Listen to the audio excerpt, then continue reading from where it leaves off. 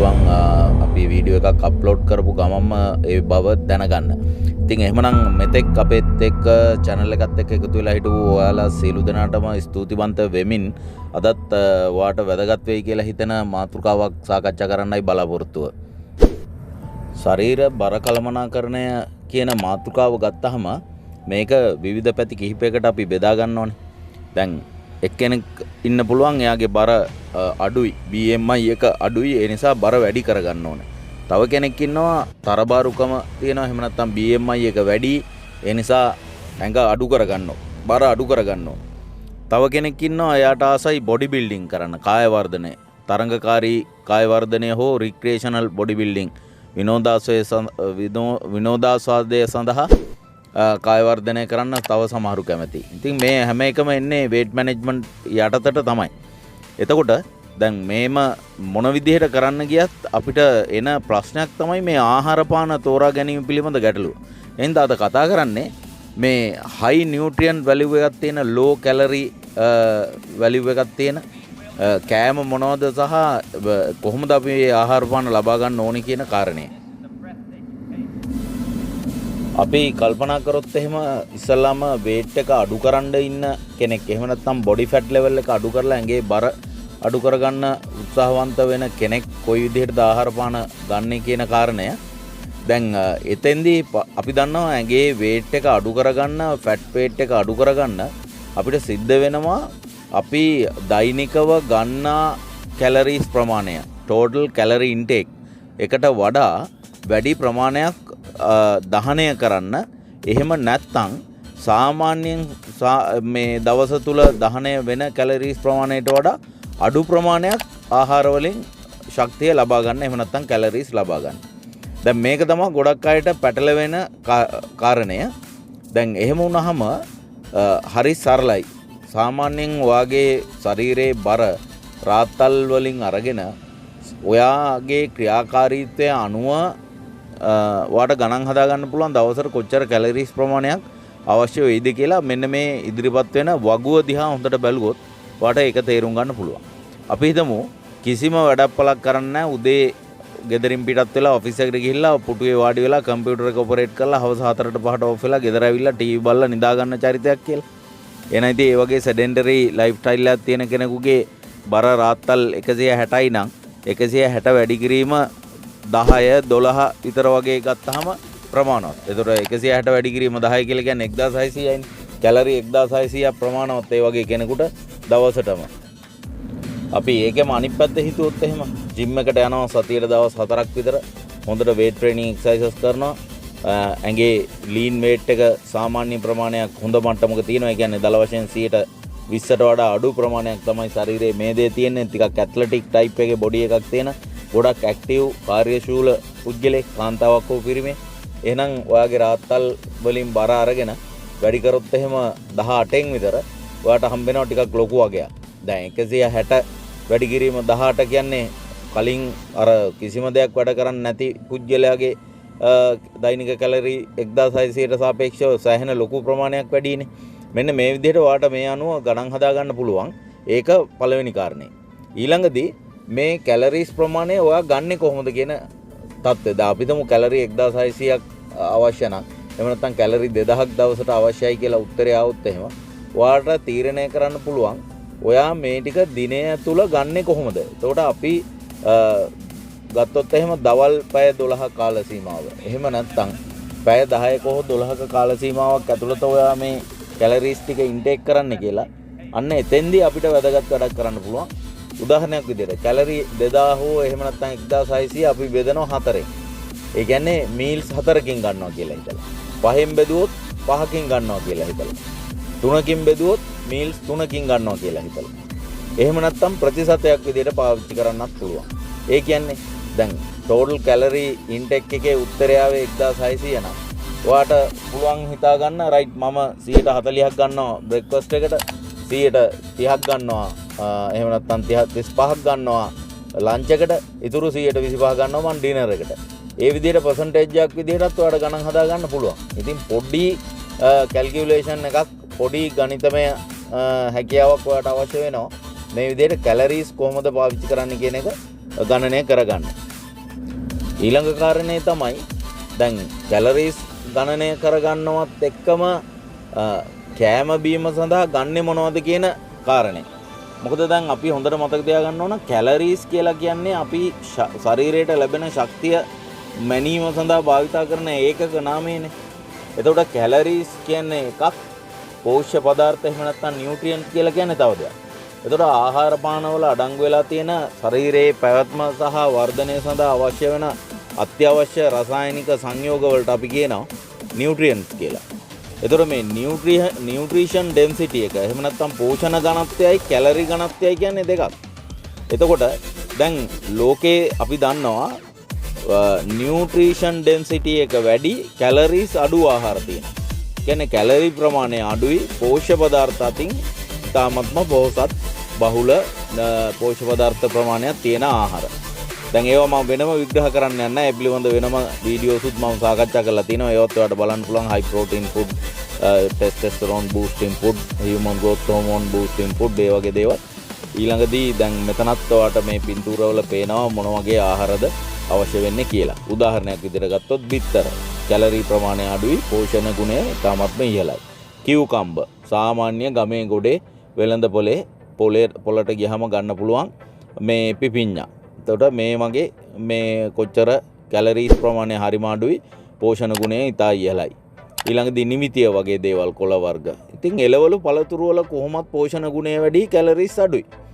එතකොට ඇට වර්ගවල මුං ඇට වගේ දෙයක් ගත්තොත් එහෙම ගොඩාක් බොඩි බිල්ඩින් කරන අය මේ දේ අඩු කරගන්න උත්සාහ කරන අය ප්‍රෝටීන් ප්‍රමාණය වැඩි කරගන්න වගේම ෆැට් කැලරීස් ප්‍රමාණය අඩුවෙන් සහ ස්ටාර්ච් කාබෝහයිඩ්‍රේට් අඩුවෙන් තියාගන්න මේ වගේ එළවලු පළතුරු ඇට වර්ග තමයි පාවිච්චි කරන්නේ. ඉතින් ඒ නිසා මේ ඔයාට මේ ලිස්ට් වලින් බලා ගන්න පුළුවන් මොනවද ඔයා තෝරගන්න ඕන ආහාර වැඩි වශයෙන් ලබා ගන්න. ඒකෙන් ඔයාට පුළුවන් වෙනවා අඩු කැලරීස් ප්‍රමාණයක් සහිත වැඩි පෝෂ්‍ය පදාර්ථ ප්‍රමාණයක් ශරීරයට ලබා ගත හැකි ආහාර.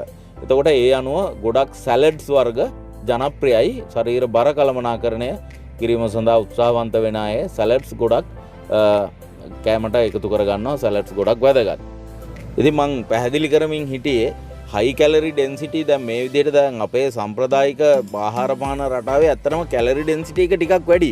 දැනට අවුරුදු 50කට 60කට කලින්, ඒ කියන්නේ දශක 5කට 6කට කලින් ලංකාවේ ගත්තොත් එහෙම ගොඩක් මේ කායිකව මහන්සි වෙලා රැකිරක්ෂා කරපු අයනේ හිටියේ බහුතරයක් දෙනා නේද? ගොවිතැන් හේන් ගොවිතැන් කරන අය මේ වගේ දේවල්.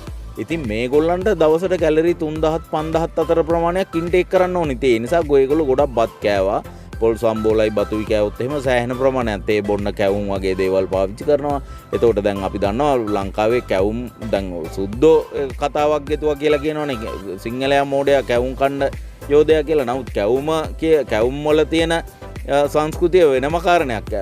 ඕනම ශරීරයේ දුර්වලතාවයට පත් වෙලා ඉන්න මිනිස්සුන්ට කැවුම් ගෙඩියක් දීලා තේකක් දුන්නාම එහෙම නැත්තම් එයාට මේ වෙනිවැල්කට කොත්තමල්ලි ටිකක් හරි දුන්නොත් කැවුම් ගෙඩියක් එක්ක මිනිහා පැයකින් විතර හොඳට නැගිලා ඉන්නවා. එච්චර ලොකු කැලරි ඩෙන්සිටි එකක් තියෙනවා. ඉතින් ඒ වගේ අපේ රස කැවිලි, අපේ ආහාර තාමත්ම කැලරි වලින් අධික ආහාර තමයි අපි ගත්තේ. හැබැයි වැඩේ වෙලා තියෙන්නේ මේ 21 වන සියවසේ දැන් මේ තියෙන සමාජ රටාවත් එක්ක අපිට සම්ප්‍රදායික සිංහල කෑම රටාව ගැලපෙන්නේ නැහැ. මොකද ඒ වගේ අධික කැලරිස් ප්‍රමාණයක් තියෙනවා. ඉතින් දැන් මේ වසවිස එකතු කරන ලද ෆ්‍රයිඩ් රයිස්, බුරියානි, කොත්තු රොටි මේ වගේත් අධික කැලරීස් ප්‍රමාණයක් තියෙනවා. ඉතින් එහෙනම් ඒවා කෑමට එකතු කරගත්තාම ඔයාට ලෙඩෙක් වෙන්න වෙනවා. දැන් හයි කැලරි ඩෙන්සිටි ෆුඩ් ගත්තොත් එහෙම දැන් බලන්න හරි ජනප්‍රියයිනේ ලංකාවේ කොත්තු රොටි, ෆ්‍රයිඩ් රයිස්, බිරියානි. හරි මේ වගේ දේවල් තව ගොඩක් ඒවා තියෙනවා. දැන් ඔය මේ බහුජාතික සමාගම් වල ලංකාවට ඇවිල්ලා පළපදියම් වෙලා තියෙන ඔය දැන් ඉංග්‍රීසි අකුරු තුනේ කුකුල් මස් කඩ.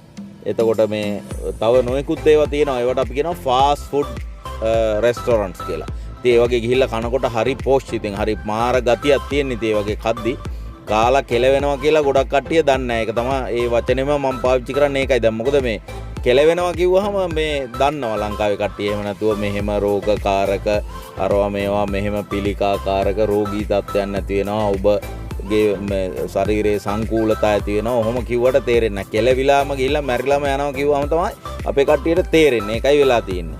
හරි දැන් එහෙමනම් මම විශ්වාස කරනවා ඔයාට පැහැදිලි අවබෝධයක් ඇති. දැන් මේ අධික කැලරීස් ප්‍රමාණයක් සහිත ආහාර සහ කැලරීස් අඩු පෝෂ්‍ය පදාර්ථ වැඩි ආහාර කියන සංකල්පය පිළිබඳව. ඒ නිසා නැවතත් මතක් කරොත් එහෙම කාය වර්ධනය කරත් මලල ක්‍රීඩාමය ක්‍රීඩිකාවන් විදිහට කටයුතු කරන්න ගත්තත් සාමාන්‍ය ජීවිතයේදී සෞඛ්‍ය සම්පන්න ජීවිතයක් තියාගන්න ආහාර පාන තෝරා ගත්තත් අපිට එහෙනම් පැහැදිලිව කියන්න පුළුවන් විටමින් khනිජ ලවණ එහෙම නැත්නම් තව දුරටත් ප්‍රෝටීන් සහ ජලය සහිත ආහාර. ඒ කියන්නේ අපි ඉවත් කරන්න ඕනේ. එහෙමනම් කාබෝහයිඩ්‍රේට් වැඩිපුර තියෙන එහෙම නැත්නම් ආහාරයට ලබාගත් විගස ඉතා කෙටි කාලයක් තුළ ශරීරයේ රුධිරයේ සීනි මට්ටම වේගයෙන් ඉහළට යවන high glycemic index food මම ඒ ගැන වෙනම කතා කරන්න. ඒ වගේ ආහාර ඉවත් කරලා low density low insulin density එකක් තියෙන එහෙම නැත්නම් low glycemic index එකක් තියෙන එළවලු පළතුරු වගේ ආහාර තමයි වැඩි වශයෙන් අපි එකතු කරගන්න ඕනේ. ඒ වගේම මස් මාංශ පිළිබඳව ගත්තොත් එහෙම ප්‍රෝටීන් සහ කාබෝහයිඩ්‍රේට් ප්‍රමාණය ඉතාමත් මේ යහපත් මට්ටමක තියෙන නිසා ආහාර වට්ටෝරු සහ ශරීර බර කළමනාකරණය සහ පේශී ස්කන්ධය වැඩි කර ගැනීම සඳහා මේ මස් මාංශ පාවිච්චියත් අපි දන්නවා කිටෝජෙනික් ඩයට් සහ ඊළඟදී ඔය එට්කින්ස් ඩයට් ඒ වගේ පේලියෝ ඩයට්ස් වල මස් මාංශ පාවිච්චි වෙනවා. ඉතින් ඒ නිසා දැන් මේක නැවතවතාවක් අපි සාරාංශගත කරගමු. මතක තියාගන්න තමන්ගේ දෛනික කැලරි අවශ්‍යතාවයට වඩා වැඩි ප්‍රමාණයක් ආහාර වලින් ලබා ගන්න ඕන ශරීරයේ බර වැඩි කරන්න යන කෙනෙක්. ඔයාගේ ශරීර බරට අනුව අවශ්‍ය වෙන දෛනික කැලරි අවශ්‍යතාවය DCR එක daily calorie requirement එක 2000යි නම් ඔයා ආහාර පාන වලින් 2500ක් 600ක් 3000ක් ඒ වගේ ලබා ගන්න ඕන. ශරීරයේ බර අඩු කරන්න යන කෙනෙක් නම් දෛනික කැලරි අවශ්‍යතාවයට වඩා අඩු කැලරි ප්‍රමාණයක් තමයි ආහාර පාන වලින් ලබා ගන්න ඕනේ. එතකොට එක ආහාර වේලකට ඔයා ගන්න කැලරිස් ප්‍රමාණය වැදගත් ඊට වඩා වැදගත් ලබා ගන්න පෝෂ්‍ය පදාර්ථ පිළිබඳව. ඒ නිසා කැලරිස් අඩුවෙන් වැඩි පෝෂ්‍ය පදාර්ථ ප්‍රමාණයක් ලබා ගන්න ලේසියෙන් ඔයාට සලාඩ් වර්ග පාවිච්චි කරන්න පුළුවන්. ඊට අමතරව කානිවර් ඩයට්ස් ඒ කියන්නේ මස් මාංශ වලින් සකසාගත් ආහාරයක් ඔයාට ලබා ගන්න පුළුවන්. ඒකේ තවත් ඇඩ්වාන්ටේජ් එකක් තියෙනවා. මම ඒක වෙනම වීඩියෝ එකක කතා කරන්නම්. ප්‍රෝටීන් බහුල ආහාරවල තියෙන වැදගත්කම ශරීරයේ බර කළමනාකරණය සඳහා. ඒ නිසා ලබා ගන්නා ආහාරයේ පෝෂ්‍ය පදාර්ථ සියල්ලම ශරීරයට උරා ගන්නවා. ඒ ගැන සැකයක් සංකාවක් අපිට තියාගන්න අවශ්‍ය නැහැ. නමුත් මේ කැලරීස් වලට මොකද වෙන්නේ?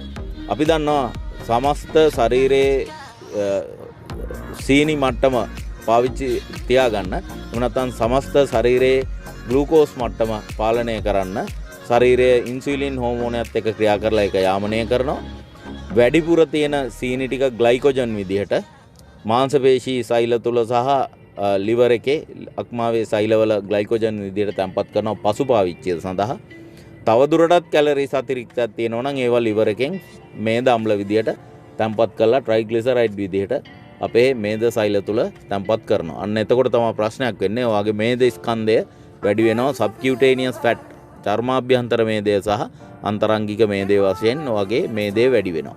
ඉතින් මෙන්න මේ විදිහට ශරීරයේ මේදේ වැඩි වෙන්න කාබෝහයිඩ්‍රේට් එහෙම නැත්නම් ග්ලූකෝස් කැලරිස් උදව් වෙනවා. ඉතින් ඒ නිසා කැලරි සමබරතාවයක් තියාගන්න ගමන් පෝෂණය පිළිබඳ අවධානය යොමු කරන්න කියන එක තමයි අවසානයේට දෙන්න තියෙන පණිවිඩය. ඉතින් මේ වීඩියෝ එකට කැමති නම් ඔයා ලයික් කරන්න, ෂෙයා කරන්න, යාළුවන්ටත් බලන්න. ඒ වගේම මම ගොඩක් ඇප්‍රීෂিয়েට් කරනවා ඔයා වීඩියෝ එක නැවත සවන් දීලා බලන්න ඔයාට මේක තේරුණාද, තේරුන්නේ නැද්ද, තවදුරටත් පැහැදිලි කරගන්න ඕනේ මොනවද කියලා කමෙන්ට් එකක් දාන්න. මම ආයෙ දවසක ඔයා වීඩියෝ එකකින් හම්බ වෙනවා. එහෙනම් thank you very much ඔයාගේ වටිනා කාලයට. I will see you at the gym after corona curfews.